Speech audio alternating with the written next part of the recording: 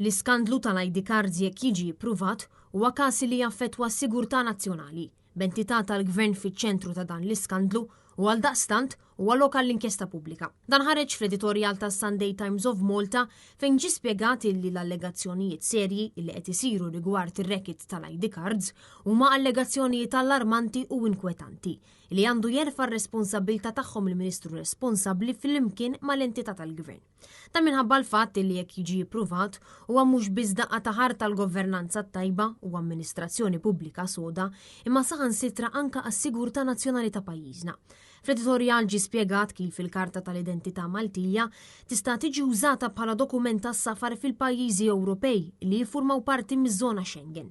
B'editorjal li għajjem dubju dwar il-fatt li ftit ġranet wara li l-allegazzjonijiet ta' dan ir-rekit saru pubbliċi, l-Gvern appella sabiex dawk li se jkunu qed isifru lejn l-Italja jieħdu kemm il-Karta tal-Identità u anke l-passaport minħabba li kien hemm influss ta' serq ta' identità rrappurtati.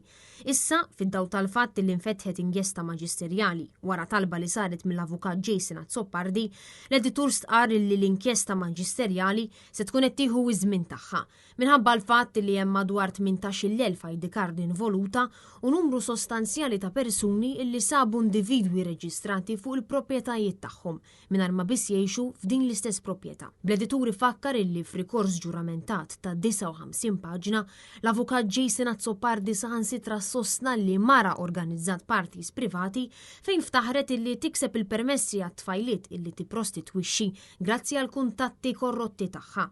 Lad dwar il-Karta tal-Identità u dokumenti oħra tal-identità fih dispożizzjonijiet li jispjegaw il-modi kif dawn id-dokumenti għandhom jiġu proċessati u miżmuma. Dispożizzjonijiet li jaqgħu taħt ir-responsabilità tal-Aġenzija Identità u l-Ministru responsabbli għal din l-Aġenzija Byron Camilleri.